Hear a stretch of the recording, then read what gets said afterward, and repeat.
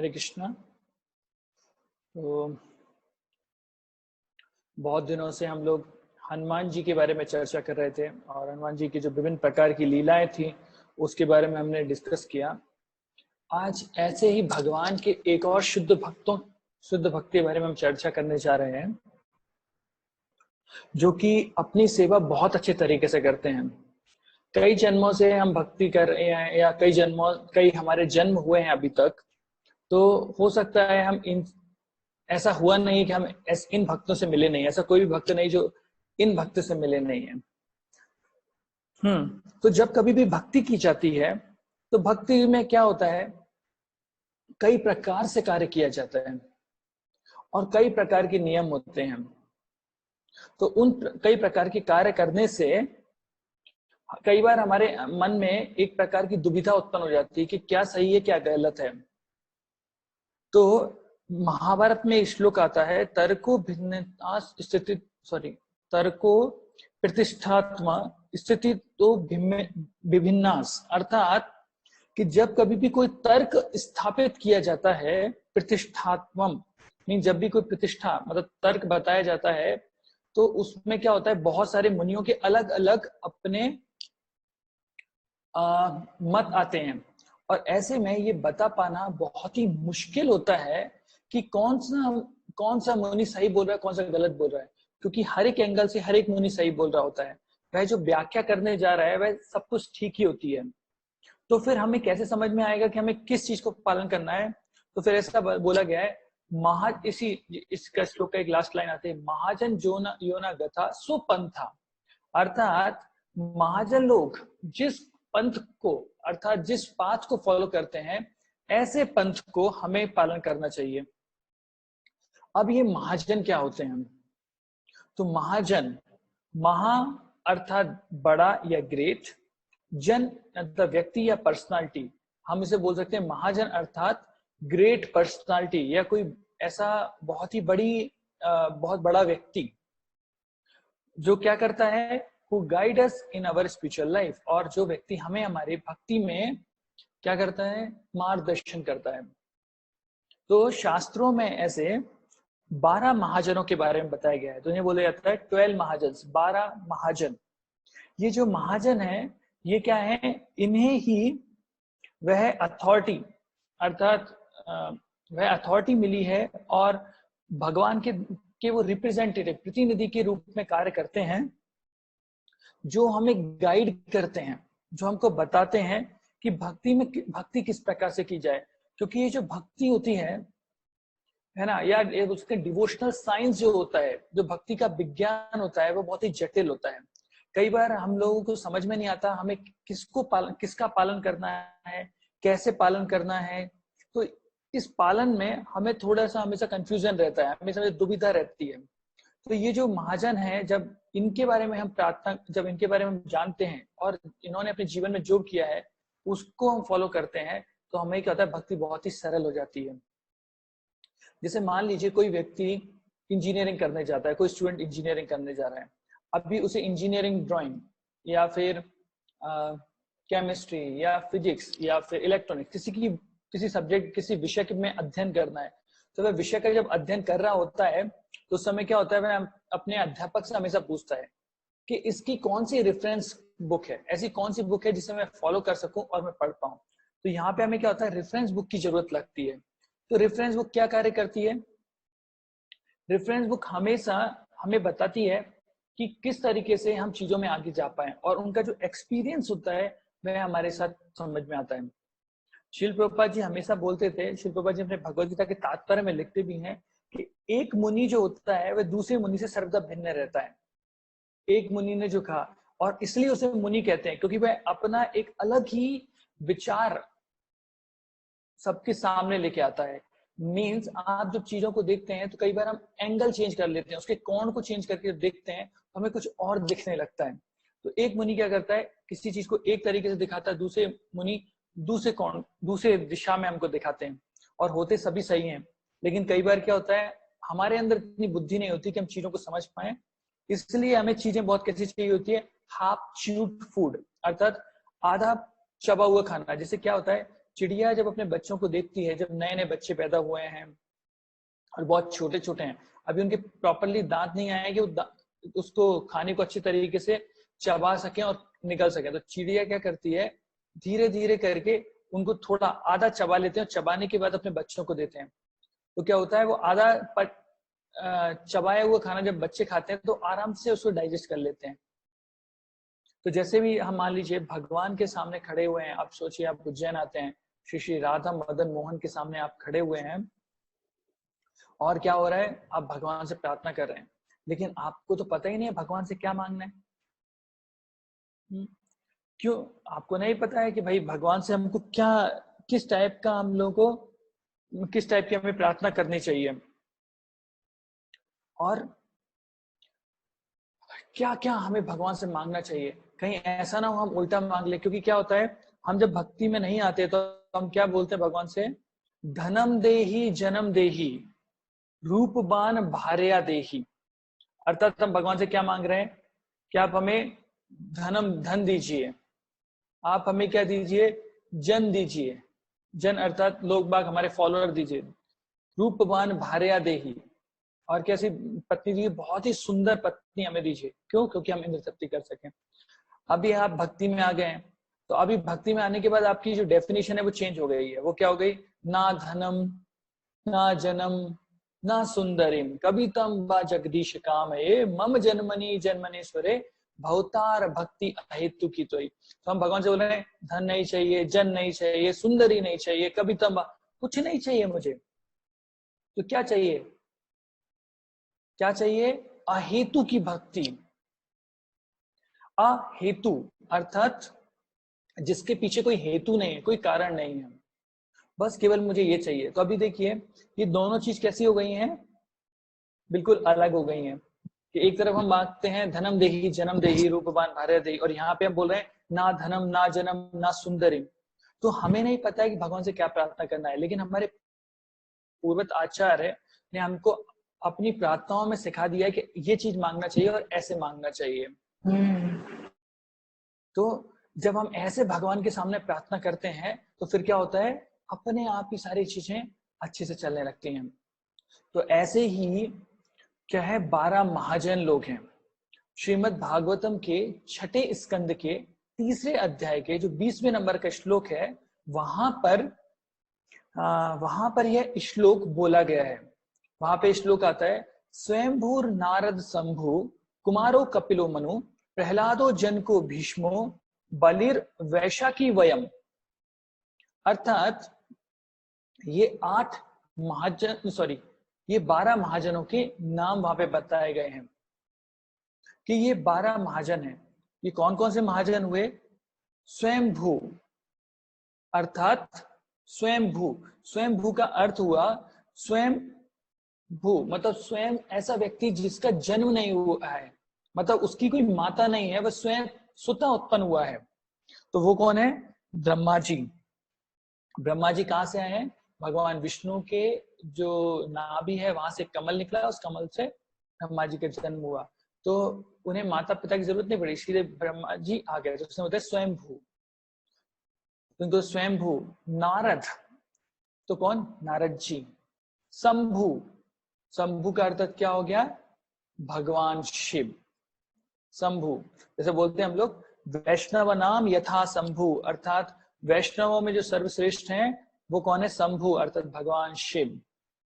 कुमार, कुमार मतलब चतुष्क कुमार, जो कि ये चतुष्क कुमार है जो 5 वर्ष की उम्र के दिखाई देते हैं, और 5 साल के छोटे छोटे 4 बच्चे हैं, सनत सनातन सनंदन और सनत कुमार, ये 4 होते हैं। कपिलो, कपिल मुनि, ये कौन से कपिल हैं, ये देवहूति माता के पुत्र हैं जिनको बोलते हैं कपिल। और 2 टाइप के कपिल बताए गए हैं, एक है नास्तिक कपिल और दूसरा है आस्तिक कपिल। तो ये नास्तिक कपिल नहीं, ये आस्तिक कपिल हैं जो भगवान के अवतार हैं, तो ये भगवान ही हैं। मनहु, मनहु मतलब मनु। प्रहलादो अर्थात प्रहलाद। फिर जनको अर्थात जनक महाराज। अब जनक महाराज वैसे देखा जाए तो ये जो जनक है ये एक्चुअली नाम नहीं है, ये क्या है, ये उनकी एक उपाधि है।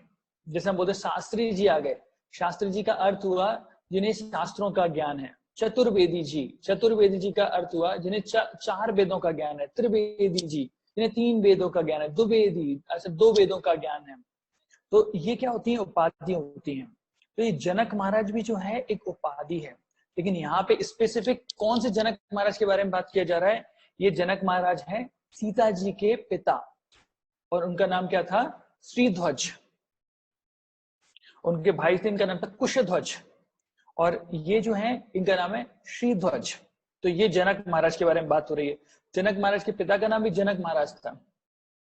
जैसे नंद महाराज, तो नंद महाराज, नंद का अर्थ क्या होता है, यह भी एक उपाधि होती है। जिसके पास 9 लाख गाय होती है उसे बोलते हैं नंद।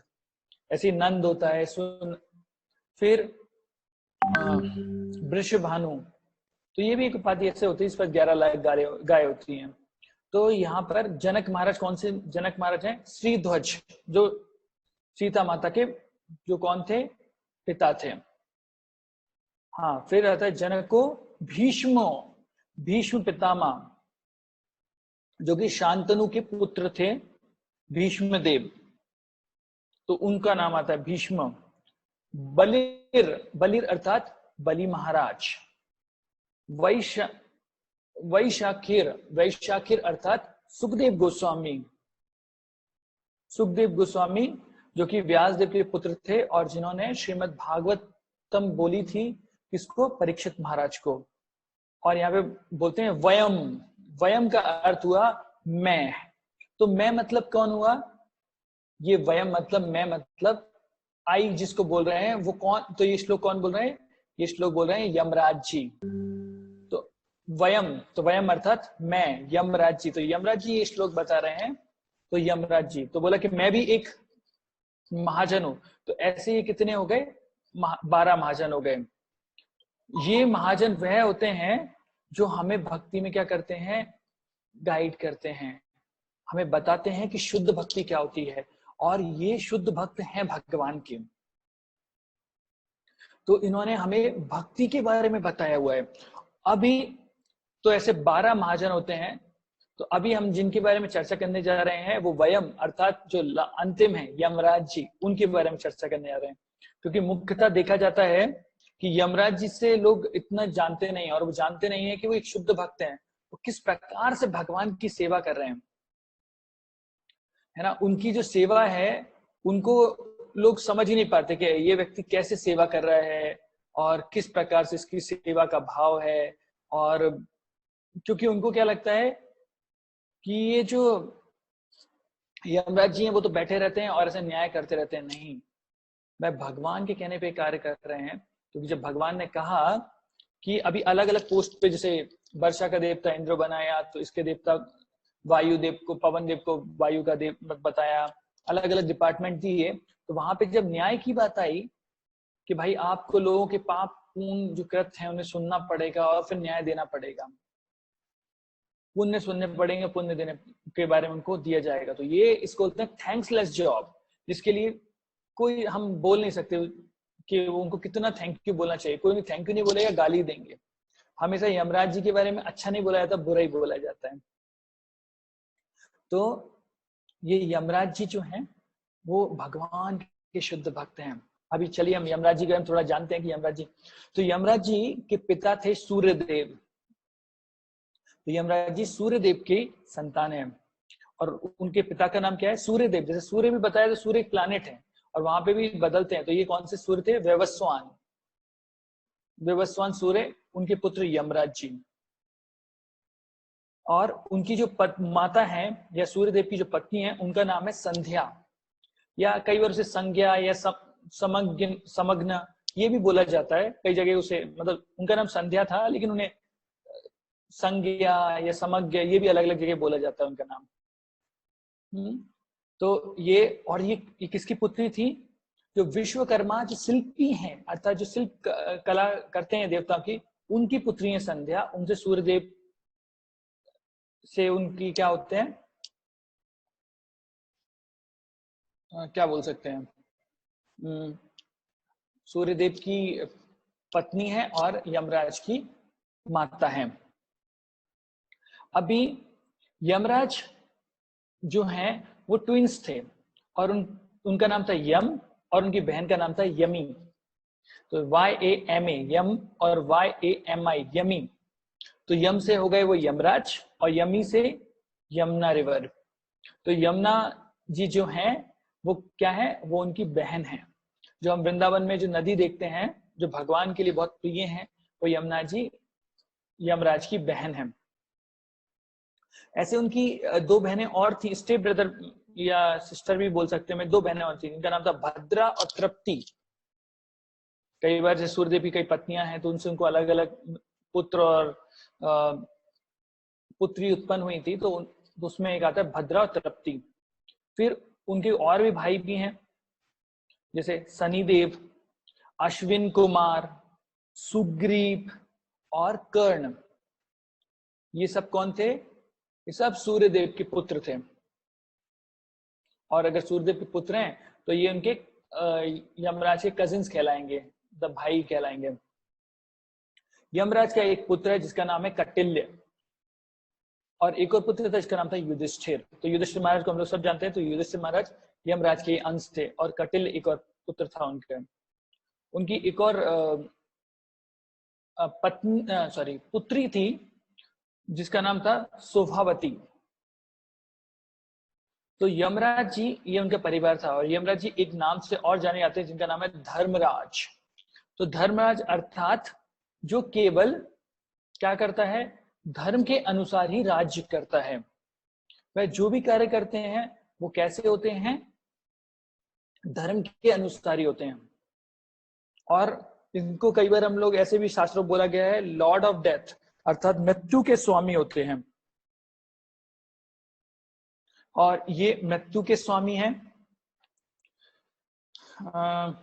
हमेशा जो व्यक्ति पाप करते हैं, बहुत ही गलत गलत कार्य करते हैं, ऐसे लोगों को ये क्या करते हैं, अपने लोक में बुलाकर, अर्थात उनका लोक कौन सा है, यमलोक। तो यमलोक में बुलाते हैं और यमलोक में बुला के उन्हें दंड देते हैं। अभी उनको दंड तो देते हैं, मतलब उनका जो लोक है उनका नाम है सम्यमणि, मतलब उस लोक का नाम है यमलोक। हम लोग जानते हैं यम अर्थात यमराज जी और लोक मतलब उनका लोक, लेकिन उस लोक का नाम है सम्यमणि। और वहां पर वो अपने पर्सनल असिस्टेंट जो होते हैं उनके साथ रहते हैं। और उनके घर के बाहर एक रिवर मतलब नदी है जो लगातार बहती रहती है, जिसको बोलते हैं वैतारणी। तो वैतारणी जो नदी है वो यमराज के गेट की तरफ पे मतलब बहती रहती है। और जो व्यक्ति पुण्य करता है, जो व्यक्ति पाप करता है, वैतारणी उसे अलग अलग तरीके के अपने छोर पे फेंक के आती है। और इस प्रकार से वो अलग अलग तरीके से क्या करते हैं, लोगों को दंड देते हैं। तो जो यमराज जी हैं अभी वो उन दिखते कैसे हैं, तो ऐसा बताया जाता है कि यमराज जी के 4 हाथ हैं। और ये जो हाथ हैं वो कैसे हैं, बहुत लंबे हैं। यमराज जी क्या करते हैं, न्याय करते हैं, तो उनके क्या बहुत लंबे लंबे हाथ हैं। कई बार हम बोलते हैं ना कानून के हाथ बहुत लंबे होते हैं, तो उस तरीके से क्योंकि ये कानून मतलब अर्थात न्याय करते हैं, उनके हाथ बहुत लंबे लंबे हैं, 4 हाथ। उनका रंग कैसा है, उनका काले बादल जैसा काला रंग वैसा रंग होता है। जो कई बार हम देखते हैं बरसात के समय जो आकाश का रंग होता है काला, वैसा उनका रंग है। और उनको एक माला पहने रहते हैं, और जो माला रहती है उसमें से आग निकलती रहती है बाहर, बहुत आग की लपेटें बाहर निकलती रहती हैं। एक कपड़े पहनते हैं, एक होता है लाल, नीला और पीला, तो 3। तो रेड, ब्लू और येलो 3 कलर के वो कपड़े मुख्यतः पहनते हैं। और वो हमेशा अपने हाथ में यम पास, अर्थात एक रस्सी जैसे वो होता है, बोलते यम पास, वो लेके घूमते हैं। वो क्यों लेके घूमते हैं, जब किसी आत्मा को इस शरीर से निकालना होता है तो यम पास फेंकते हैं और उसे फंसाने के बाद निकाल लेते हैं। और फिर और क्या रहता है उनके एक और हाथ में, क्या रहता है, गदा, या फिर कई बार तलवार भी बताई गई है, तो कभी गदा या तलवार वो लेके घूमते हैं। और उनका जो वाहन है वो कौन सा है, भैंस, बफेलो। तो बफेलो उनका वाहन है, उस पे वो जाते हैं। अभी अगर हम कभी, आपने ऐसा देखा होगा, कभी आप वृंदावन जाते हैं तो वृंदावन में दीपावली के दूसरे दिन जो भाई दूज ये सब कुछ होती है, उस दिन भाई बहन जाकर उस यमुना नदी में स्नान करते हैं। और स्नान करने के बाद एक साथ भाई बहन हाथ पकड़ के स्नान करते हैं, और स्नान करने के बाद बहन अपने भाई को बहुत अच्छे तरीके से खाना खिलाती है। तो इसको बोलते, उस दिन को बोला जाता है यम द्वितीय। तो यम द्वितीय का क्या महत्व है कि एक बार यमुना जी ने अपने भाई यमराज को बुलाया और बुलाकर बोला कि मैं आपको बुलाना चाहती हूँ और आपकी सेवा करना चाहती हूँ। तो उन्होंने बहुत अच्छे तरीके से यमराज को बुलाया, उनकी सेवा की, बहुत अच्छे से उन्हें खिलाया, उन्हें आरामदायक जगह पर बिठाला और बहुत अच्छे तरीके से उनको रखा। तो यमराज जी उनकी सेवा से बहुत प्रसन्न हो जाते हैं। तो यमराज जी पूछते हैं, बताओ तुम्हें क्या चाहिए। तो यमुना देवी बोलती हैं कि जब कोई भी व्यक्ति, जब कोई भाई बहन एक पर्टिकुलर डे पर, एक दिन पर यहाँ पे आकर दोनों साथ में स्नान करेंगे और बहन अपने भाई की सेवा करेगी, तो फिर आप ऐसे व्यक्ति को मत पकड़िएगा, तो वो आपके न्याय के क्षेत्र में नहीं आना चाहिए। तो इसलिए इसका बहुत महत्व है। यमराज ने बोल दिया कि हाँ ठीक है। तो इसलिए जब भाई बहन ऐसा करते हैं तो यमराज जी के वो न्याय के क्षेत्र से नहीं आते हैं।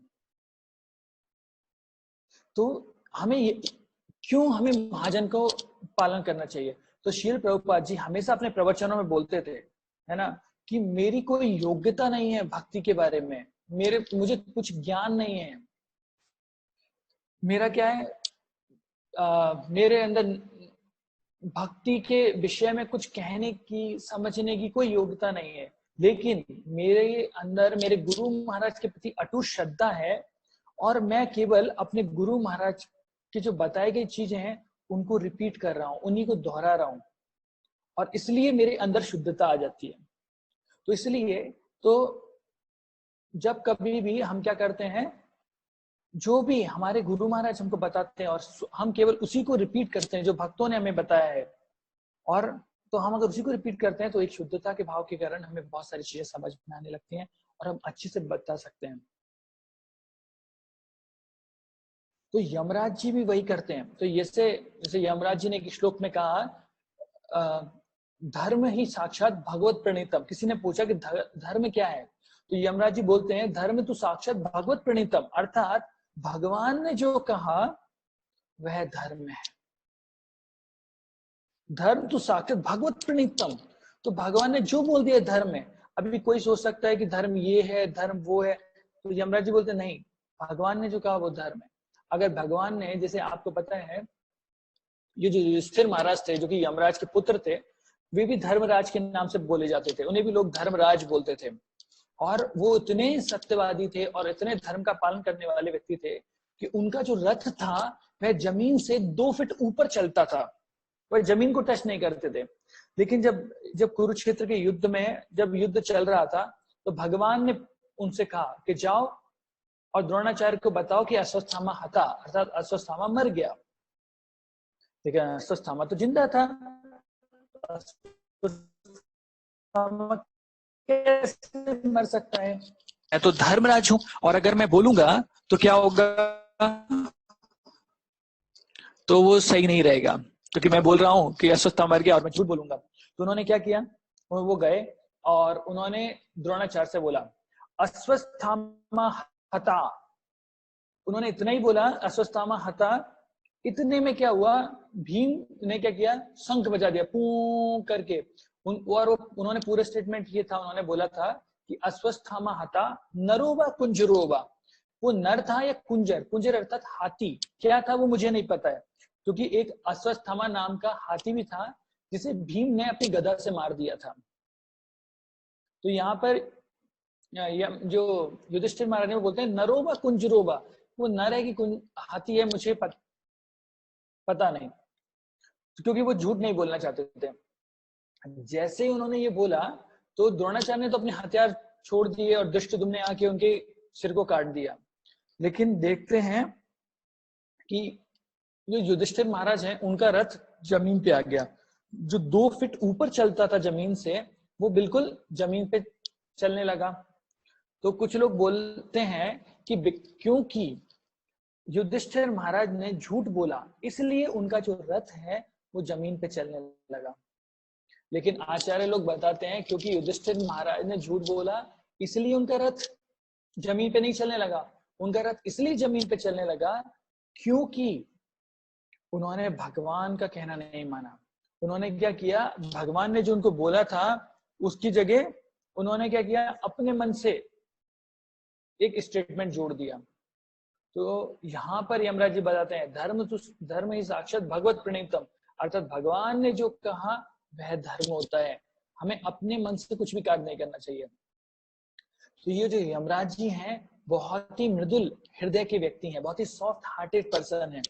उनका हृदय बहुत ही कोमल है और बहुत ही मृदुभाषी हैं और अब शुद्ध भक्ति करने में बड़े ही प्रवीण हैं और बहुत अच्छे तरीके से भक्ति करते हैं और भक्ति के प्रिंसिपल बताते हैं। अब कोई बोलेगा हम तो फोटो देख रहे हैं, वो देखने में इतने डरावने लगते हैं, ऐसा करते हैं और वो इतने बोलते हैं नर्क में भेज देते हैं, ऐसा न्याय करते हैं। ऐसा श्रीमद् भागवतम में आता है कि एक जगह आता है कि 21 नर्क हैं, एक जगह आता है 28 नर्क हैं। जैसे 21 से 28 नर्क हैं और एक एक नर्क में अलग अलग प्रकार की पीड़ाओं के बारे में बताया गया है कि किस प्रकार से, मतलब आप जब श्रीमद् भागवतम का 5वां स्कंद के कुछ अंतिम चैप्टर जो पढ़ेंगे तो वहां पे बताया गया है कि कोई व्यक्ति किस प्रकार से पाप कर्म में लिप्त रहता है और उन्हीं पाप कर्मों के कारण उनका जो प्रतिक्रिया उन्हें मिलता है तो वह अलग अलग नर्क बनाए गए हैं, उन नर्कों में एक्चुअली उसे जाना पड़ता है। तो हम तो बोल रहे हैं यहाँ पे बहुत मृदुभाषी, हाँ वो मृदुभाषी हैं, लेकिन किसके लिए? भक्तों के लिए, जो भगवान की सेवा कर रहे होते हैं, भगवान की सेवा में लगे हुए रहते हैं, ऐसे लोगों के लिए यमराज जी कैसे हैं? बहुत ही मृदुल भाषी हैं। वह भी क्या करते हैं वहां पे, वो उनके लिए ऐसा कार्य नहीं करते हैं, उनको डांटेंगे फटकारेंगे मारेंगे, नहीं, उनके लिए तो बहुत ही मृदुल भाषी हो जाते हैं वो और उनको बहुत अच्छे तरीके से प्रेम से बात करते हैं, स्वागत करते हैं। एक बार एक भक्त बोल रहे थे, महाराज से प्रश्न कर रहे थे कि महाराज अगर हम लोग गलती से अगर यहाँ पहुंच गए, यमराज के पास पहुंच गए तो क्या होगा? तो महाराज ने कहा तुम जाना और उन्हें प्रणाम करना, उनको बोलना वांछा कल्पतरुभ्यश्च कृपा सिंधुभ्यैव च पतितानां पावनेभ्यो वैष्णवेभ्यो नमो नमः। क्योंकि हमें तो पता है कि ये जो यमराज हैं वो कैसे हैं, बहुत ही महान वैष्णव हैं, बहुत ही महान वैष्णव हैं। तो हमें टेंशन लेने की क्या जरूरत है, हम क्यों उनसे डरेंगे? तो जब आप उन्हें वैसा बोलेंगे तो यमराज बोलेंगे अरे अरे अरे, यमदूत से बोलेंगे तुम लोग पागल हो क्या? तुम किसको पकड़ के लेके आए हो? तो भगवान के भक्त हैं, चलो चलो। तो फिर ऐसा वो बोलते हैं, ऐसा महाराज ऐसा बता रहे थे कि ऐसा होता है। तो हमको समझना चाहिए। देखिए आप समझ सकते हैं कि जैसे बिल्ली का एक बच्चा होता है, उसको भी बिल्ली की माँ पकड़ती है अपने मुंह पर और उसको गर्दन से पकड़ के लेके जाती है। वहीं पर बिल्ली चूहे को भी पकड़ती है और चूहे को भी वहीं पे पकड़ के जाती है। लेकिन बिल्ली का जो बच्चा होता है वह कैसा रहता है? बहुत ही आराम से रहता है और उसे कोई भी टेंशन नहीं होती है, क्योंकि उसे पता है कि मेरी जो माँ है वह क्या कर रही है, वह मेरे साथ है और मुझे लेके जा रही है आराम से।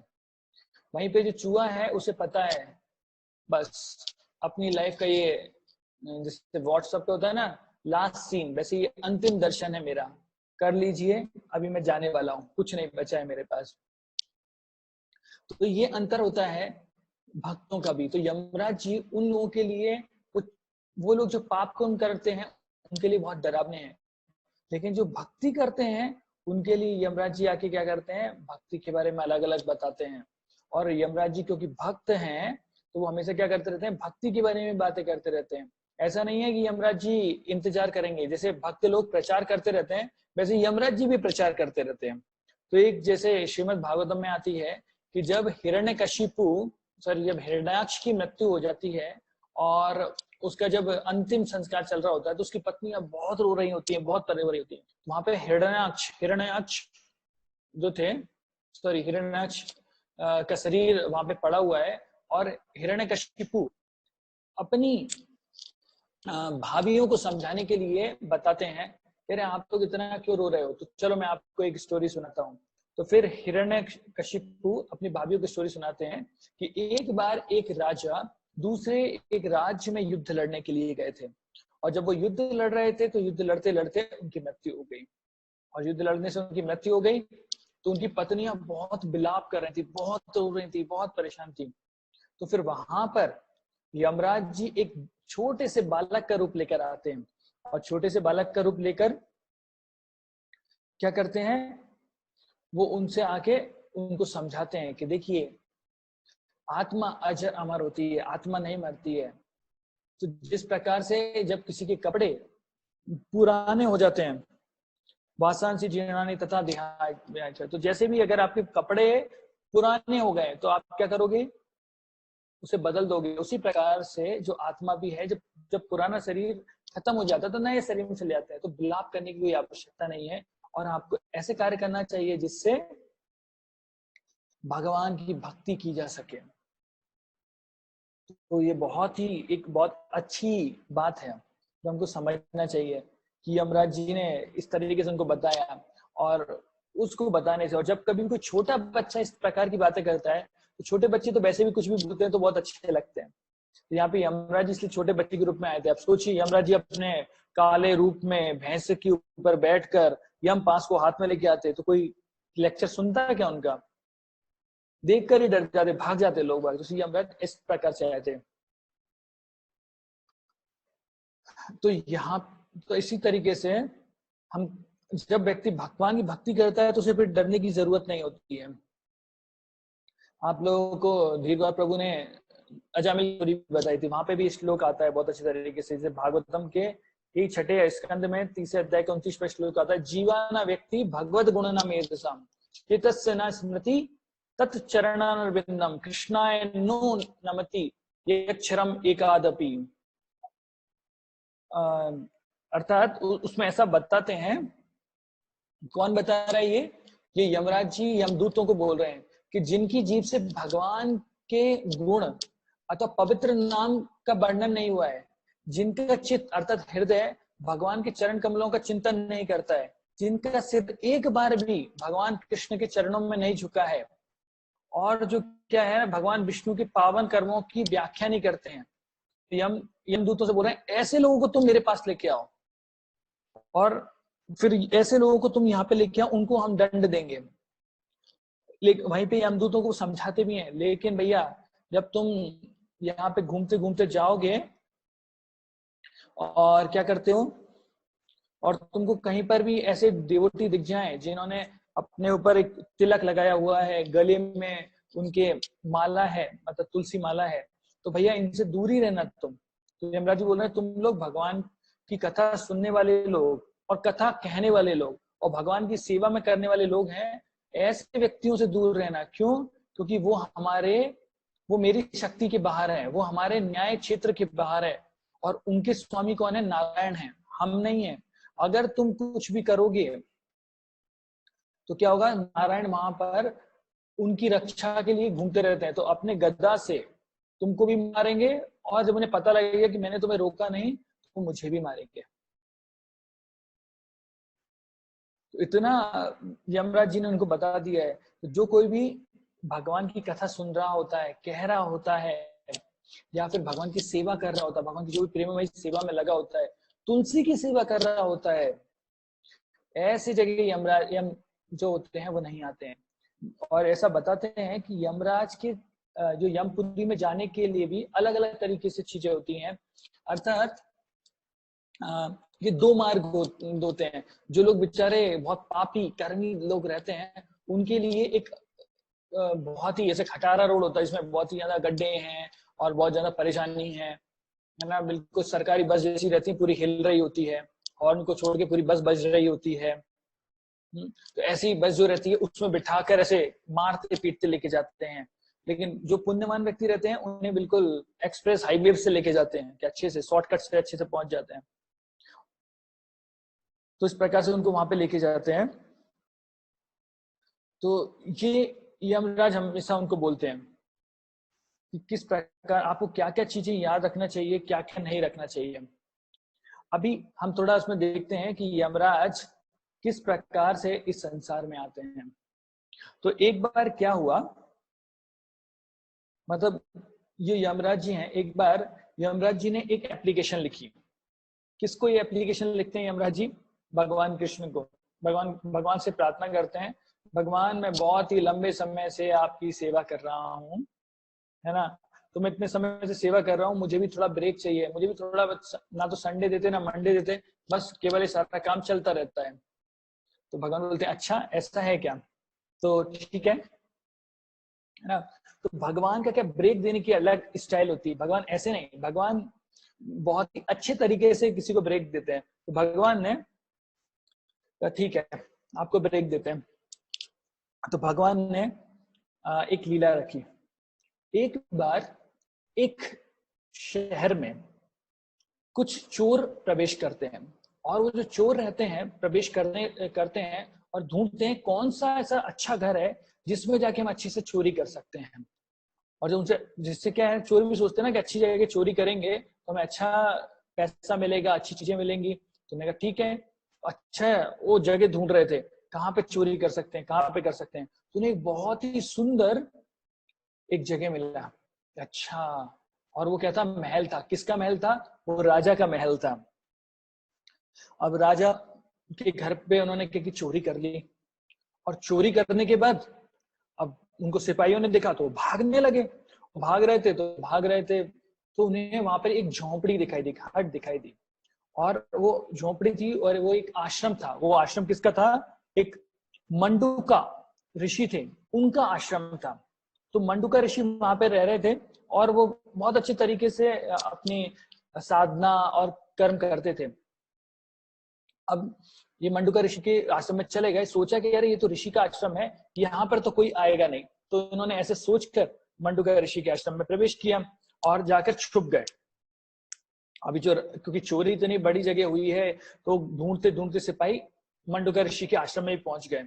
और जैसे ही जाते हैं वैसे ही जाके उन्होंने क्या किया, चोरों को पकड़ लिया। और चोरों को पकड़ा तो साथ में सोचा हो सकता है मंडूका ऋषि ने करवाई है, तो उन्होंने मंडूका ऋषि को भी पकड़ लिया। अभी मंडूका ऋषि को भी लेके गए। अभी वो जो तीनों चोर थे, उन तीनों चोरों को राजा, क्योंकि राजा के घर पे ही चोरी हुई है, उन्होंने तीनों चोरों को कहा ठीक है आपके लिए क्या है, बस एक ही सजा है, वो है मृत्यु की। तो बेचारे तीनों डर गए। और जो ऋषि थे बोला आपकी भी एक ही सजा है, वो है मृत्यु दंड। तो फिर उनको किस तरीके से बताया गया, एक बहुत बड़ा लोहे का सरिया या एक नुकीला सा एक वो लिया और उससे उनके शरीर को आर पार किया गया, मतलब पेनिट्रेट जो हम कर देते हैं, बिल्कुल छेद दिया जाता है, वैसा कार्य किया जाता है। तो पहला चोर, उसके शरीर को छेद दिया गया, दूसरा चोर, उसके शरीर को भी छेद दिया गया, तीसरा चोर आया, उसके शरीर को भी छेद दिया। मंडूका ऋषि वहां पे देख रहे थे, अरे ये तो इतना खतरनाक काम किया इन्होंने, है ना। अब जब मंडूका ऋषि की बारी आई तो वो बिल्कुल नुकीला सा जो वो था उनके पास में आ रहा है, और जब पास में आ रहा है उसको देखकर उन्हें डर लग रहा है और वो सोच रहे हैं। इतने में राजा का सिपाही आया और बोलते हैं रुको रुको रुको रुको, आप लोगों को रुकना पड़ेगा, क्योंकि जो ये मंडूका ऋषि हैं इन्होंने कुछ नहीं किया है, राजा ने ऐसा बोला है। तो फिर वो मंडूका ऋषि को राजा के पास लेके जाते हैं। तो राजा बोलते हैं अरे हमने पूरी जांच कराई, जांच कराने के बाद हमें पता लगा कि नहीं नहीं नहीं, मंडूका ऋषि ने कुछ भी नहीं किया है, तो इनको क्या करो आप छोड़ दो।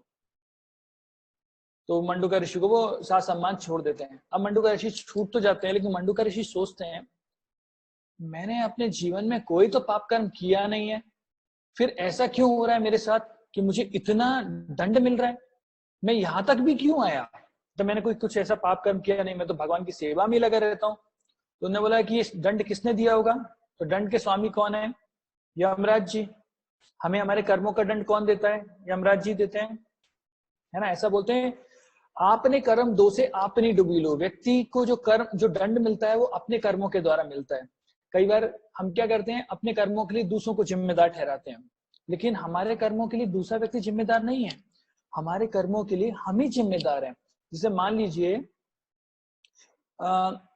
आपके पिता ने आपके लिए मनी ऑर्डर किया, मान लीजिए ऐसा सोच लीजिए कि आपका बच्चा अमेरिका या फिर कहीं पे पढ़ रहा है, और यहां से आपने उसके लिए पैसे भेजे, तो डाकिया या पोस्टमैन जाता है और वो पैसे लेकर वो मनी ऑर्डर आपके बच्चे को दे देता है।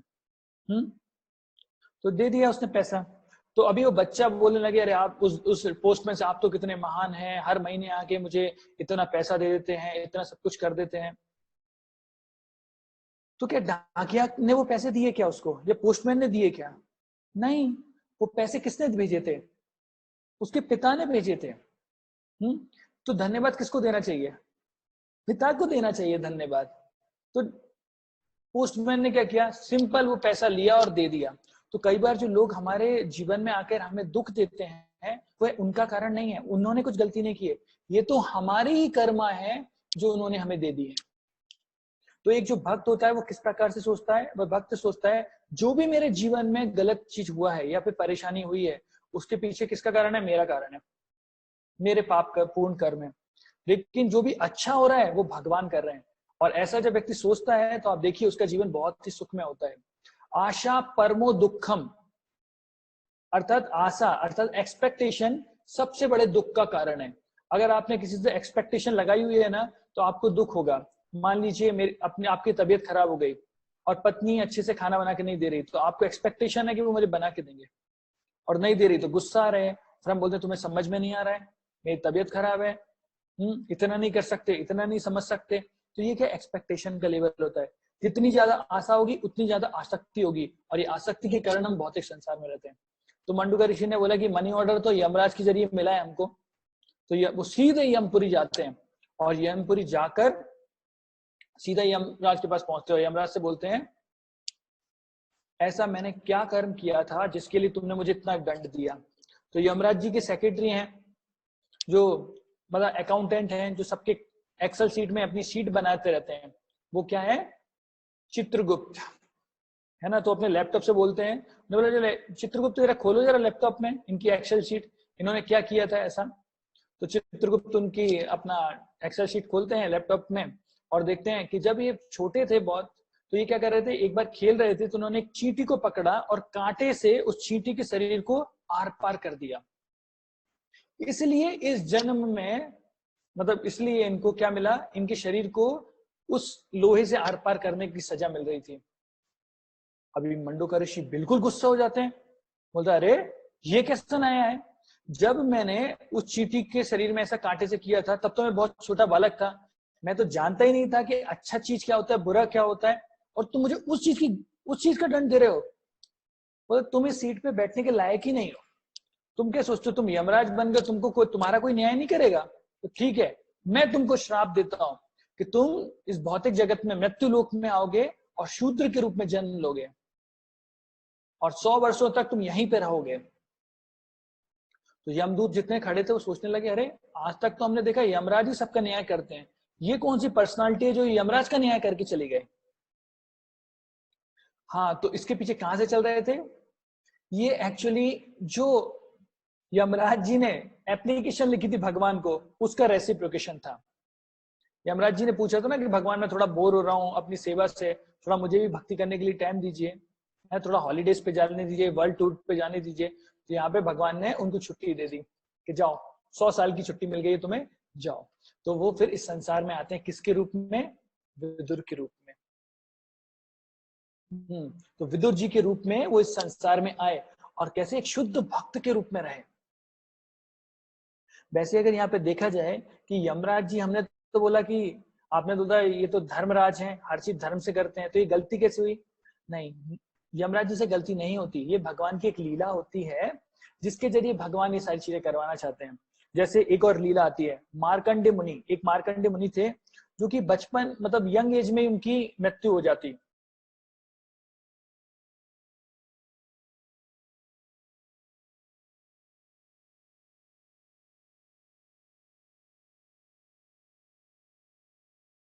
हरे कृष्ण। हाँ, तो मार्कंडे मुनि जो थे, उनकी मृत्यु हो जाती उस समय, लेकिन उन्होंने क्या की, भगवान शिव की तपस्या की। और जब उन्होंने भगवान शिव की तपस्या की, तो तपस्या करते समय भगवान शिव प्रसन्न हुए और भगवान शिव ने प्रसन्नता से उनको बोला कि अच्छा कि आपने मेरी प्रार्थना ये की है, क्या चाहते हो? बोला मैं लॉन्ग लाइफ, बहुत लंबी उम्र चाहता हूँ। तो ठीक है, तूने 7 कल्प मतलब मैंने आपको बताया था, एक कल्प मतलब ब्रह्मा जी का एक दिन, ऐसे 7 कल्प उनकी वो हो गई कि आप 7 कल्प तक जीवित रह सकते हो।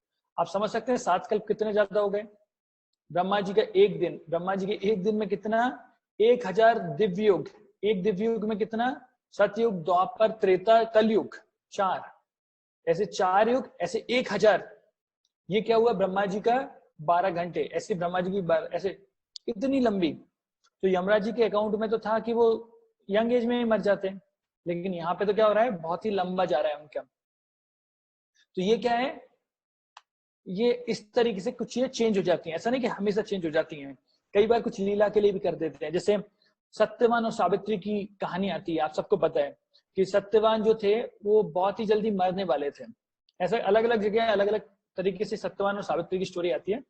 तो सत्यवान मरने वाले थे और सावित्री की उनसे शादी हो जाती है, और सावित्री कैसी रहती है? सती स्त्री है, सती सावित्री बोलते हैं इसलिए होते हैं। तो सती थी तो उनके अंदर बहुत शक्ति थी।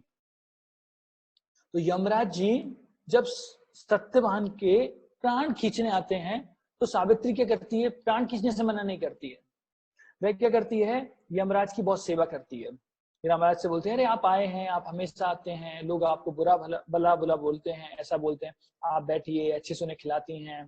तो माता जी तो सेवा करने में एक्सपर्ट होती हैं। श्रीमद् भागवतम में भी आता है, भगवान बोलते हैं मैंने वुमेन्स को इस तरीके से बनाया है कि वो इतनी अच्छी से सेवा कर सकती हैं। तो सावित्री के पास यमराज जी आते हैं, यमराज जी उनकी खुश हो जाते हैं, बोला क्या चाहिए तुम्हें बताओ। तो सावित्री बोलती है मैं पुत्र चाहती हूँ। तो बोला ठीक है, 100 पुत्र प्राप्त होंगे तुमको। मैंने कहा ठीक है, ये सावित्री ने कहा ठीक है। और तो वो क्या करते हैं? सत्यवान के प्राण खींचते हैं और उनको लेके जाने लगते हैं। तो सावित्री बोलती है अरे अरे अरे रुको रुको रुको, अभी तो आपने मुझे वरदान दिया कि मुझे 100 पुत्र होंगे। बोला कि हाँ होंगे। तो मेरे पति को लेके जाओगे तो पुत्र कैसे होंगे? तो बोलते हैं हाँ। बोला मैं तो सती स्त्री हूं, अब आप मेरे पति को ही लेके चले जाओगे तो मेरे को पुत्र कैसे प्राप्त होंगे? तो यमराज जी फंस गए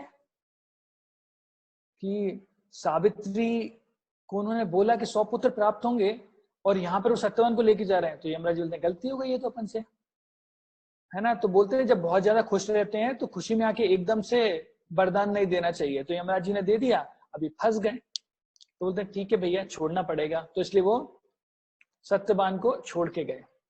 तो कई जगह ऐसा भी आता है कि सावित्री सत्यवान यमराज के पीछे जाती है, ऐसा होता है। लेकिन मुख्य जो चीज है इस कहानी से हमें पता लगता है कि भगवान भी सती स्त्री के सामने झुक जाते हैं।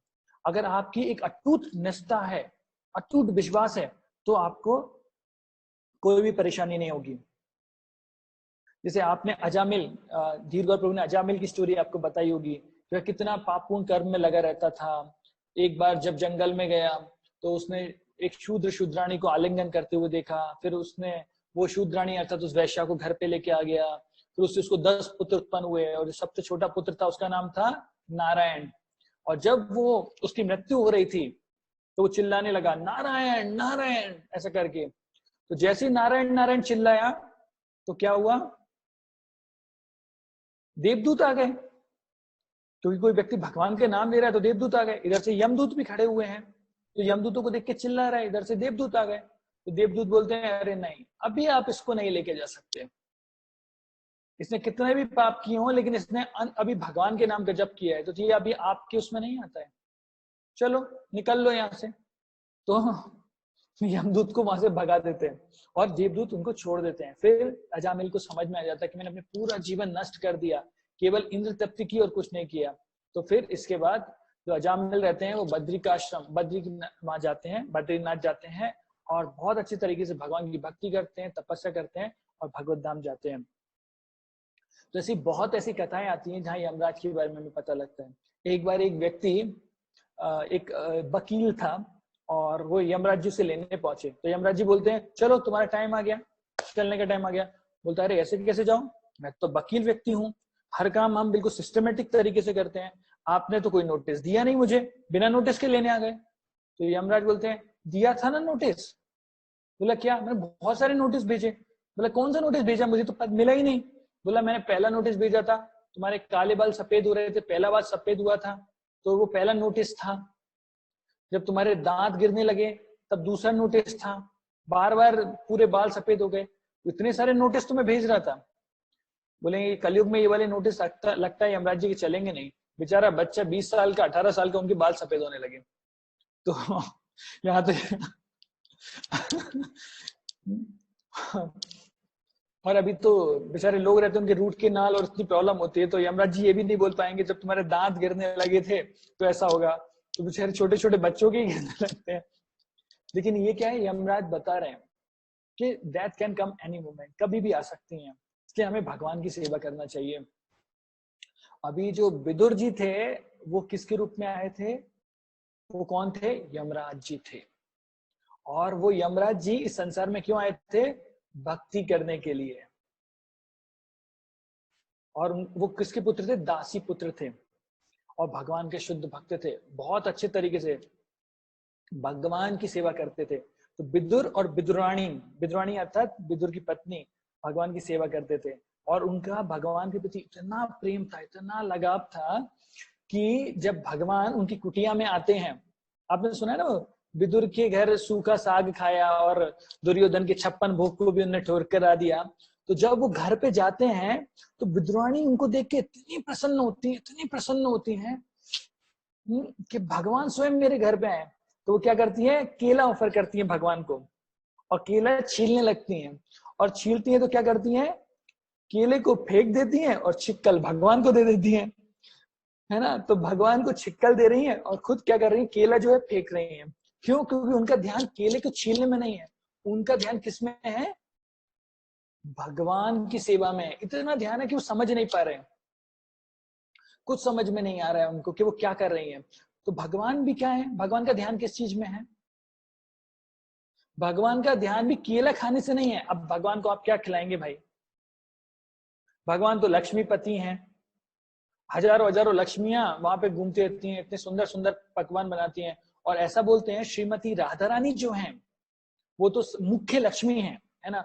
और ऐसा बोलते हैं लक्ष्मी राधा रानी जो भी खाना बनाती हैं वो अमृत तुल्य होता है, जब उसे आप खाएंगे तो अमृत जैसे स्वाद आता है। लेकिन एक प्रॉब्लम है उनके खाने में कि उनकी डिश कभी रिपीट नहीं होती है। तो मान लीजिए आपको कोई डिश आज अच्छी लगी तो कल वो रिपीट नहीं होगी, हमेशा वो नई नई डिश बनाती हैं। तो सोचिए आज आपको अच्छा लगा तो बोला कि बोला राधा रानी जो आपने कल बनाया तो वो दोबारा बनाइए। बोला नहीं नहीं दोबारा नहीं बनेगा, क्योंकि हर बार नया नया आता है। तो यहाँ पे नारायण जो हर दिन नई नई डिश खाते हैं, तो वो क्या कर रहे हैं, छिक्कल खाने लगे। क्यों खाने लगे छिक्कल? मैंने प्रीवियस लेक्चर में बताया था, पत्रम पुष्पम फलम तोयम यो में भक्त प्रणश्यति तदाम भक्ति उपनीता अश्रामी प्रत्यात्मना। अर्थात मैं क्या एक्सेप्ट कर रहे हैं भगवान? वो भाव, वो भक्ति, वो प्रेम एक्सेप्ट कर रहे हैं। तो इस तरीके से विदुराणी के वो छिक्कल खा रहे थे और केले फेंक रहे हैं। ऐसे कई छिक्कल जो थे विदुराणी ने भगवान को खिला दिए। और जैसे विदुर आते हैं, विदुर आके देखते हैं, और जैसे वो देखते हैं भगवान की विदुराणी क्या कर रही है, छिक्कल भगवान को खिला रही है और केले फेंक रही है। तो फिर थोड़ा वो उनको उस भाव से बाहर निकालते हैं। लेकिन ऐसा नहीं कि भगवान बुरा मान गए, भगवान तो प्रसन्न है। जैसे आप देखते हैं सबरी के झूठे बेर भगवान ने खाए, तो बोले झूठे बेर कौन खिलाता है भगवान को? बोले भगवान बेर खाने नहीं आए थे, भगवान वो प्रेम टेस्ट करने आए थे। तो जब कोई प्रेम से करता है, ऐसे हमारे गोस्वामी के बारे में आता है कि जो गोस्वामी लोग थे भगवान कितनी सेवा करते थे। एक गोस्वामी का नाम था रघुनाथ दास गोस्वामी। और रघुनाथ दास गोस्वामी भगवान के इतने शुद्ध भक्त थे कि राधा कुंड पे बैठ के वो क्या करते थे, भगवान के नाम का जप करते रहते थे। हरे कृष्णा कृष्णा कृष्णा हरे हरे, हरे राम राम राम हरे हरे। भगवान के नाम का जप करते रहते थे। तो और उनको पता ही नहीं लगता था कब सूर्य उदय हुआ, कब दोपहर हुई, कब शाम हुई, पता नहीं लगता था। तो एक दिन वो बैठ के जप कर रहे थे, और जप करते करते उन्होंने, वो जप कर रहे देखा बहुत तेज धूप है, लेकिन वो फिर भी जप कर रहे हैं। तो श्रीमती राधा रानी स्वयं आती है वहां पर, और आकर अपनी चुन्नी से उनको ऐसे ढक लेती हैं जिससे उन्हें धूप न लगे। और उतने में एक और जो गोस्वामी थे जिनका नाम था सनातन गोस्वामी, वो सनातन गोस्वामी पीछे खड़े होकर देख रहे होते हैं कि ये भगवान के नाम का जप कर रहे हैं और श्रीमती राधा रानी स्वयं आकर अपनी चुन्नी से उन्हें धूप से बचा रही हैं। तो फिर जब श्रीमती राधा रानी वहां से चली आती हैं तो सनातन गोस्वामी रघुनाथ दास गोस्वामी को बोलते हैं कि देखो ये सही बात नहीं है, हम यहाँ भगवान की सेवा करने आए हैं, ना कि भगवान से सेवा लेने के लिए। तुम जप कर रहे हो बहुत अच्छी बात है, लेकिन तुम्हारे लिए तुमने राधा रानी को अपने काम पे लगा दिया। तुम क्या करो, एक अच्छी सी कुटिया बनाओ और कुटिया बना के फिर भगवान के नाम का जप करो। तो भाई उन्होंने कहा ठीक है। तो एक दिन उन्होंने कहा कुटिया तो बनी नहीं थी, तो उस समय वो फिर भगवान के नाम का जप कर रहे थे। फिर बैठे हुए थे और छाए में बैठ गए, बोले इससे राधा रानी ना आए और वो ना करें। तो छाए में बैठ के ऐसा जप कर रहे थे, हरे कृष्णा कृष्णा कृष्णा हरे हरे, हरे राम राम राम हरे हरे। और क्योंकि वो राधा कुंड के पास रहते थे तो कुंड था, इसलिए वहां पे शेर चीता वगैरह, वृंदावन अर्थात तो वन है तो वहां पे जानवर वगैरह भी रहते हैं, तो शेर वगैरह पानी पीने आते थे। तो वहां पे बहुत सारे शेर वगैरह पानी पीने आए थे और यहाँ पे वो बैठ के जप कर रहे हैं और बहुत सारे शेर वगैरह सब कुछ वहां पे आए। तो शेर वगैरह देखा उनको तो उनके पास जा रहे हैं। तो वहां पर भगवान कृष्ण एक डंडा लेकर उन शेरों को भगा रहे हैं, चलो दूर जाओ, हुट, हुट, ऐसे करके भगा रहे हैं। तो वही सनातन गोस्वामी फिर वहां पे उनको आए थे, क्योंकि सनातन गोस्वामी क्या करते थे, प्रतिदिन गोवर्धन परिक्रमा करते थे, गोवर्धन पर्वत की। तो राधा कुंड गोवर्धन पे आता है। तो उन्होंने देखा कि रघुनाथ दास गोस्वामी भगवान के नाम का जप कर रहे हैं और भगवान श्री कृष्ण स्वयं डंडा लेकर शेरों को भगा रहे हैं, मतलब उनकी रक्षा कर रहे हैं इस तरीके से। तो उनको कहा, अरे बाप रे। तो भगवान कृष्ण चले गए तो फिर वो सनातन गोस्वामी रघुनाथ दास गोस्वामी को बोलते हैं कि रघुनाथ दास गोस्वामी को बोलते हैं, देखो हम यहाँ पे भगवान की सेवा करने आए हैं, ना कि भगवान से सेवा लेने के लिए। इसलिए वो खुद रघुनाथ दास गोस्वामी उनके लिए भगवान की कुटिया बनाते हैं और कुटिया बनाने के बाद वो वहां पे जप करते हैं। तो आप देख सकते हैं जब भगवान की कोई व्यक्ति सेवा करता है तो बहुत ही एक अनोखा प्रेम वो अपने हृदय में देख पाता है और भगवान स्वयं उसकी रक्षा करते हैं। राखे कृष्ण तो मारे के और मारे कृष्ण तो राखे के। तो जो व्यक्ति मतलब जो भगवान किसी की रक्षा करना चाहते हैं उसे कौन मार सकता है, और जो व्यक्ति अगर भगवान उसे मारना ही चाहते हैं तो उसे बचा कौन सकता है। तो ऐसे फिर यमराज जी के, अभी मैंने आपको बताया नहीं, अभी यमराज जी के बहुत सारे, यमराज जी अर्थात यमराज जी जो कि यहाँ पे संसार में विदुर जी के रूप में आए थे, उन्होंने बहुत ही भगवान की सेवा की। और भगवान के करते हैं थोड़ा एक ब्रेक भी दिलवाते हैं। ब्रेक किस टाइप से दिलाया है, बोला तुम यहाँ पे मैंने 100 साल की छुट्टी पे भेजा था और तुम यहाँ पे फिर मंत्री बन गए और मंत्री बन के फिर मंत्री वो कर रहे हो। तो उन्होंने दुर्योधन को, तो दुर्योधन ने क्या किया, फिर यमराज ये जो विदुर थे उनको डांटा, बहुत ज्यादा डांटा। बोला कि तुम यहाँ क्या करते रहते हो, तुम हमारे ऊपर हमारी फेंकी हुई रोटी को खाकर तुम कर रहे हो और कुत्ता होकर ऐसा बोल रहे हो। तो जब दुर्योधन इतने बेकार वर्ड बोलता है तो विदुर वहां से छोड़ के चले जाते हैं और क्या करते हैं, 4 साल तक अलग अलग तीर्थ स्थान में भ्रमण करने के लिए जाते हैं। और तीर्थ स्थान में जाते हैं, अलग अलग ऋषि मुनि सबसे जानते हैं और वो मिलते हैं विदुर किससे, उद्धव जी से। और उद्धव जी जो थे वो विदुर जी से उम्र में कम है। तो विदुर जी उनके सामने बोलते हैं कि मुझे भगवान की कथा के बारे में बताओ। तो क्योंकि उद्धव जी छोटे हैं लेकिन ज्ञान में आगे हैं, लेकिन उन्होंने बोला कि नहीं नहीं विदुर से मैं नहीं बोल पाऊंगा। तो उन्होंने बोला कि आप यहाँ से कुछ दूरी पे जाइए, मैत्रेय मुनि आपको मिलेंगे और वो मुनि जो हैं आपको भगवान की सेवा के बारे में बताएंगे। तो फिर जो विदुर जी हैं वो मैत्रेय मुनि के पास जाते हैं और फिर वहां पे बहुत कुछ भगवान के बारे में प्रश्न करते हैं। ये सारे प्रश्न जो हैं आपको श्रीमद् भागवतम में मिलेंगे। ये मैत्रेय और विदुर संवाद बोलते हैं इसको। बहुत अलग अलग प्रकार का संवाद होता है, इसमें अलग अलग चीजें विदुर जी बताते हैं। और ऐसे पूरा विदुर जी का आता है।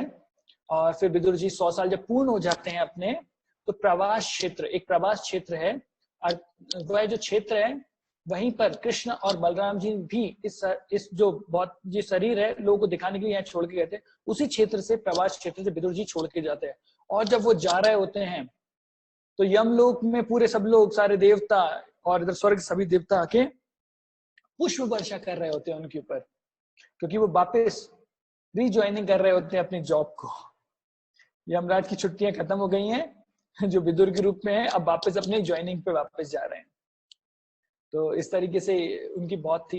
मैंने अभी ये विदुर की बहुत सारी कहानियां थी जो मैं बताना चाहता था, लेकिन मैंने टाइम देखा वो 1 घंटा ऑलरेडी हो चुका है।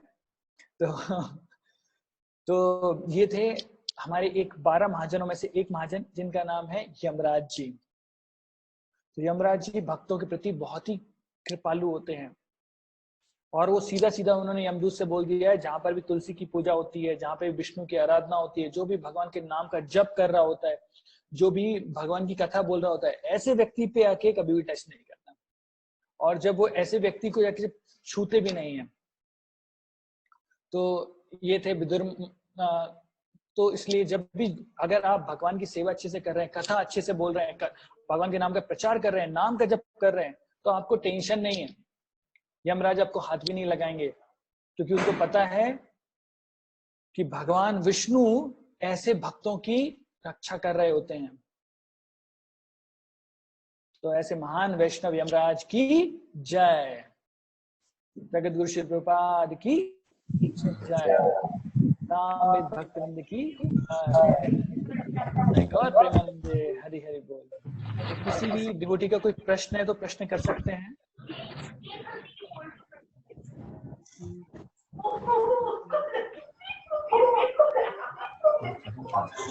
मुझे एक प्रश्न था। एक हरे कृष्ण। हरे कृष्ण। हाँ, प्रश्न था कि ये जो इंद्र है, हाँ, ये काफी परेशान करते रहे लोगों को, तो ये हर टाइम एक ही सिंगल पर्सन रहते हैं या चेंज होते हैं ये? नहीं प्रभु जी, इंद्र जो होते हैं, इंद्र है, वरुण है, या फिर यम, ये सारी पोस्ट है प्रभु जी। मान लीजिए अपने शहर का जो कलेक्टर है, तो कलेक्टर क्या है? कलेक्टर एक व्यक्ति है या कलेक्टर एक पोस्ट है? पोस्ट है। तो उस कलेक्टर की पोस्ट पे अलग अलग व्यक्ति आके बैठते रहते हैं। उसी तरीके से जो इंद्र हैं वो भी एक पोस्ट है, तो उस पे आके एक व्यक्ति बैठते हैं। जैसे बताते हैं अगले इंद्र जो बनेंगे वो होंगे बलि महाराज। तो उसी तरीके से अलग अलग देवता एक पोस्ट है, उन पे आके अलग अलग व्यक्ति आके बैठते हैं उस पोस्ट पर। ठीक है प्रभु जी, धन्यवाद। ठीक, हरे कृष्ण प्रभु जी। और किसी का कोई प्रश्न है? हरे कृष्ण। हरे कृष्ण। एक क्वेश्चन था। जी प्रभु। क्वेश्चन ये है प्रभु, जैसे आपने बोला कि डिवोटीज को मतलब जैसे यमदूत रहते हैं वो लेकर नहीं जाते हैं, ओके जी। तो जैसे भगवद गीता में लिखा है कि 4 प्रकार के जो व्यक्ति वो भगवान को मतलब भगवान की तरफ जाते हैं, आर्त, अर्थार्थी, ज्ञानी और जिज्ञासु, है ना। तो मतलब अल्टीमेटली वो भगवान की तरफ ही जा रहे हैं, तो मतलब वो भी एक तरीके से डिवोटी है। मतलब डिवोटी मतलब किस टाइप का? जैसे एक न्यू फाइट डिवोटी रहता है, एक इनिशिएटेड डिवोटी रहता है, कोई बहुत से टाइम से भक्ति कर रहा है, तो मतलब किस टाइप के डिवोटी की बात हो रही है यहाँ पे, जो मतलब जिन्हें यमदूत नहीं लेके जाते, या फिर सारे डिवोटी, या फिर जिन्होंने एक बार भी नाम लिया है, जैसे एग्जाम्पल लव मात्र साधु संग सर्व सिद्धि होगा, आपको पता ही है। तो मतलब ये किस टाइप के डिवोटी की बात हो रही है? मतलब या फिर वो 4 भी इसमें आते हैं क्या, वो आर्त, अर्थार्थी, ज्ञानी और जिज्ञासु? मतलब कैसे, क्या मतलब समझेंगे इसको? तो ये जो आप श्लोक बोल रहे हैं भगवद्गीता का था, चतुर्विधा भजन्ते मां सुकृतिनो अर्जुन, मतलब 4 प्रकार के सुकृतिनो अर्थात आर्त, अर्थात जिज्ञासु, ज्ञानी, ये 4 प्रकार के लोग हैं जो भगवान की सेवा में आते हैं। तो यहाँ पर केवल भगवान भक्तों के बारे में नहीं बता रहे, ये ऐसी परिस्थितियां बता रहे हैं। आर्थ अर्थात जो व्यक्ति दुखी है, अर्थार्थी अर्थात जिसे धन की इच्छा है, जिज्ञासु जो जानना चाहता है, और ज्ञानी जो अपने ज्ञान से भगवान को समझना चाहता है। तो ये भक्त नहीं है, ये वो परिस्थिति, ऐसी चीज है जिससे व्यक्ति भगवान की सेवा में आता है। अभी भक्त कौन होता है? तो भक्त कौन होता है, तो इसकी डेफिनेशन अलग अलग तरीके से बताई गई है। महाप्रभु बोलते हैं जो एक बार भी भगवान के नाम का जप कर लेता है वो भक्त होता है। तो अभी क्या है यहाँ पर, क्या है, जैसे ही आप भगवान के नाम का जप करते हो तो फिर आप यमराज के उसमें नहीं आते हो, ज्यूरिडिक्शन में नहीं आते हो। फिर आप किसके ज्यूरिडिक्शन अर्थात किसके न्याय के क्षेत्र में आ जाते हो? आप आ जाते हो भगवान के न्याय के क्षेत्र में। तो अभी मान लीजिए उस व्यक्ति को उस व्यक्ति को क्या, कौन सा शरीर देना है। जैसे मान लीजिए कुछ व्यक्ति ने भक्ति की, 50% भक्ति हो गई, तो भगवान उसको क्या करेंगे, वापस इस संसार में भेजेंगे और एक ब्राह्मण परिवार में उसको जन्म दे देंगे। एक संपन्न परिवार में से जन्म देंगे और इसे वो अच्छे से भक्ति कर पाए, या फिर उसने बहुत और अच्छी भक्ति की है तो उसे डिवोटी के घर पे जन्म दे देंगे। तो ये तो हुआ एक भक्त के लिए। तो यमराज के पास कौन जाते हैं? यमराज के पास वो जाते हैं जिनके पास पुण्य कर्म है या फिर पाप कर्म है प्रभु। जो भक्त होते हैं उनका जो न्याय होता है वो यमराज जी नहीं करते, उनका न्याय भगवान ही करते हैं। लेकिन अगर कोई वैष्णवों से अगर द्वेष करता है तो फिर उसका अलग ही दंड होता है। सूल पानी हो यदि भक्त निंदा करे, सूल अर्थात ये उसका बहुत कठिन कठिन को मिलते हैं। तो भक्त तो है वो भगवान के न्याय क्षेत्र में आते हैं प्रभु, वो यमराज जी के क्षेत्र में नहीं आते हैं। मतलब अर्थ ज्ञानी और जिज्ञासु ये चारों बाहर है वहां से। हाँ ये प्रभु देखो ना, ये क्या है, ये भक्त थोड़ी है, ये क्या बताया जा रहा है, भगवान की सेवा में कौन आता है? तो बोले आर्थ, अर्थात जो व्यक्ति दुखी है। अब हर दुखी व्यक्ति थोड़ी भगवान के पास जाता है, कुछ दुखी लोग तो शराब की दुकान पे भी जाते हैं, है ना, वो मतलब यहाँ पे जाते हैं। तो फिर ऐसे लोग देवदास बन के बाहर निकलते हैं, ये कृष्णदास बन के बाहर निकलते हैं। तो कृष्णदास और देवदास में तो अंतर होता ही है। तो ये क्या है? आर्थ अर्थात जो दुखी है, अर्थार्थी जो ज्ञान जो पैसा चाहता है। तो हर पैसा चाहने वाला व्यक्ति भगवान के पास कहाँ जा रहा है? ऐसा बताया कि अगर आपको कुछ भी चाहिए तो भगवान के पास जाना चाहिए। हाँ बट उन्होंने भगवान का नाम लिया है, तो अभी आपने जैसे बोला एक बार नाम लेता है। हाँ अगर वो नाम लेंगे तो फिर भगवान की ज्यूरिडिक्शन में आ जाएंगे। मीन्स आप देखो प्रभु जी, मान लो आपको 100 तक जाना है और आपने पहली सीढ़ी पे कदम रख दिया है, तो आप 1% हो गया आपका, अब आपको 99% कंप्लीट करना है। तो धीरे धीरे होगा। भक्ति कभी खत्म नहीं होती। भगवान बोलते हैं नेहा विक्रमनासितो तत्वायो न विद्यते अल्पम ही स्वल्पम में त्यातो महतो भयात। अर्थात किसी व्यक्ति ने थोड़ी सी भी भक्ति की है तो वह भी खत्म नहीं होगी। तो भगवान क्या करेंगे, उस व्यक्ति को इस प्रकार से जन्म दिलवाएंगे, ऐसे प्रकार से रखेंगे जिससे उसे भक्ति करने का पुनः मौका मिलता रहे। अब वो कितने जन्मों में कर पाएगा, कैसे करेगा, वो हम नहीं कह सकते, लेकिन उससे भक्ति करने का पुनः अवसर भगवान देते हैं, और वो यमराज जी के क्षेत्र में नहीं है। जैसे दो चीज होती है, एक होता है योग माया, दूसरी होती है महामाया। तो व्यक्ति महामाया के क्षेत्र में नहीं आता, वो योग माया के क्षेत्र में आ जाता है। ठीक है प्रभु जी, थैंक यू। हरे कृष्णा। प्रभु जी हरे कृष्ण। हरे कृष्णा प्रभु जी। जी प्रभु जी एक क्वेश्चन था कि युधिष्ठिर जो धर्मराज युधिष्ठिर थे जी, जिन्होंने द्रुत क्रीड़ा में द्रौपदी जी को दाव पे लगा दिया था जी, इसके बदले में इनको कोई वो मिली थी क्या? मतलब ये कर्म एक तरह का गलत ही हो गया, तो इसका फल इन्हें कुछ मिला था क्या? तो जी ऐसा बताते हैं, क्षत्रिय जो व्यक्ति रहता है, क्षत्रिय व्यक्ति के पास दो चीजें करने का वो रहता है, वो मना नहीं कर सकता है क्षत्रिय व्यक्ति। एक मतलब 3 चीजें से बताएं, 2-3 चीजें होती हैं। जैसे एक होता है, अगर कोई स्त्री किसी क्षत्रिय को बोलती है शादी करने के लिए राजा को, तो राजा उसे मना नहीं कर सकता है, तो स्वीकार करना होता है। दूसरा, अगर कोई उसे लड़ने के लिए चुनौती देता है तो पीछे नहीं हट सकता, अगर वो क्षत्रिय है तो। और तीसरा होता है, अगर कोई उसे द्वित क्रीड़ा अर्थात जुआ खेलने के लिए बुलाएगा तो भी उसको मना नहीं कर सकता है। तो उन्होंने अपने क्षत्रिय धर्म का पालन किया था।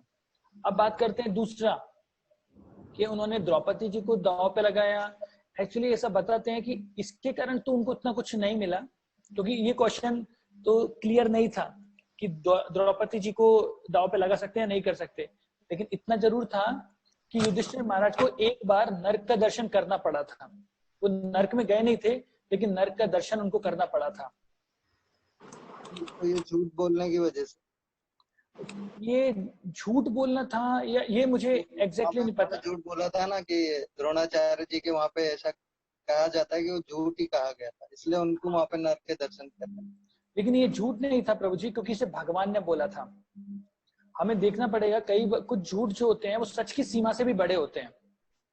और अगर आपने झूठ, जैसे मान लीजिए आप सोचिए, एक गाय, एक कसाई एक गाय के पीछे भाग रहा है उसे मारने के लिए, गाय अपनी जान बचा के भाग रही है, और एक ब्राह्मण वहां पे खड़ा, या आप वहां पे खड़े हुए हैं, और गाय एकदम जोर से भाग के चली गई।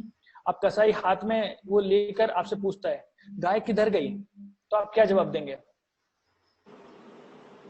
बताएंगे। नहीं बताएंगे कि बताएंगे? इधर गई ये नहीं बताएंगे, गलत बता देंगे।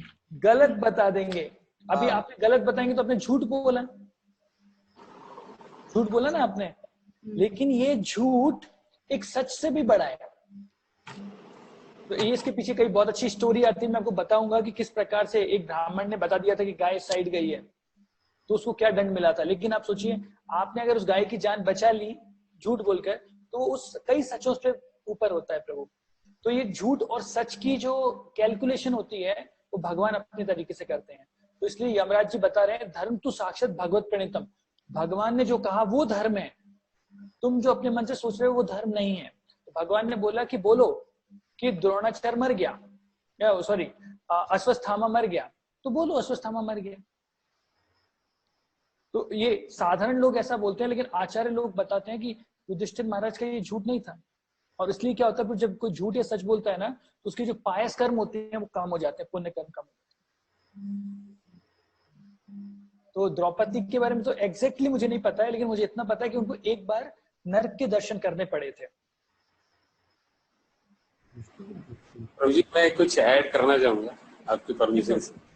मैंने कल प्रवचन सुना, तो उसमें यही प्रश्न एक व्यक्ति ने पूछा था, युधिष्ठिर महाराज ने द्रौपदी को दांव पे कैसे लगाया। तो उन्होंने जो सर्कमस्टेंशियल ये था, सिचुएशन था, वो बताया उन्होंने कि पहले युधिष्ठिर महाराज युद्ध में अपने आप को हार गए थे। तो जो व्यक्ति अपने आप को हार जाता है वो दास बन जाता है, और जब वो दास बन गए तो ये स्वाभाविक था कि दुर्योधन द्रौपदी के साथ में मतलब बुरा बर्ताव करने ही वाले थे, क्योंकि द्रौपदी का कोई रक्षक नहीं रहता है, दास का कोई मतलब ये नहीं रहता है अपनी पत्नी के ऊपर भी। तो युधिष्ठिर महाराज को एक चांस था कि अगर वो द्रौपदी को दांव पर लगाते हैं और वो जीत जाते हैं तो जो ह्यूमिलिएशन था उसमें बचने का एक चांस था। ये एक उन्होंने तर्क दिया था, एक मत में तर्क दिया था। और दूसरी बात उन्होंने बताई थी कि ये जो स्थिति थी, युधिष्ठिर महाराज ने पूरा अपना जीवन पूरे मतलब धर्म का आचरण किया, और अंत में अपनी पत्नी को दांव पर लगाने जैसी चीज वो सपने में भी सोच नहीं सकते थे। लेकिन ये अंत में कृष्ण की इच्छा थी कि ये सब चीजें हो, और जिसके कारण एक बड़ा धर्म युद्ध हो और उसमें मतलब दुष्टों का विनाश हो। तो ये इसमें भगवान की इच्छा भी थी उसके पीछे। थैंक यू वेरी मच प्रभु जी।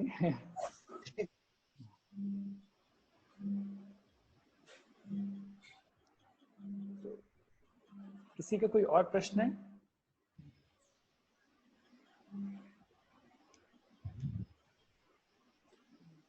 और प्रभु जी, अभी ये जूम का कुछ लोगों को कंसर्न है कि जूम की सिक्योरिटी इश्यूज हो रहे हैं।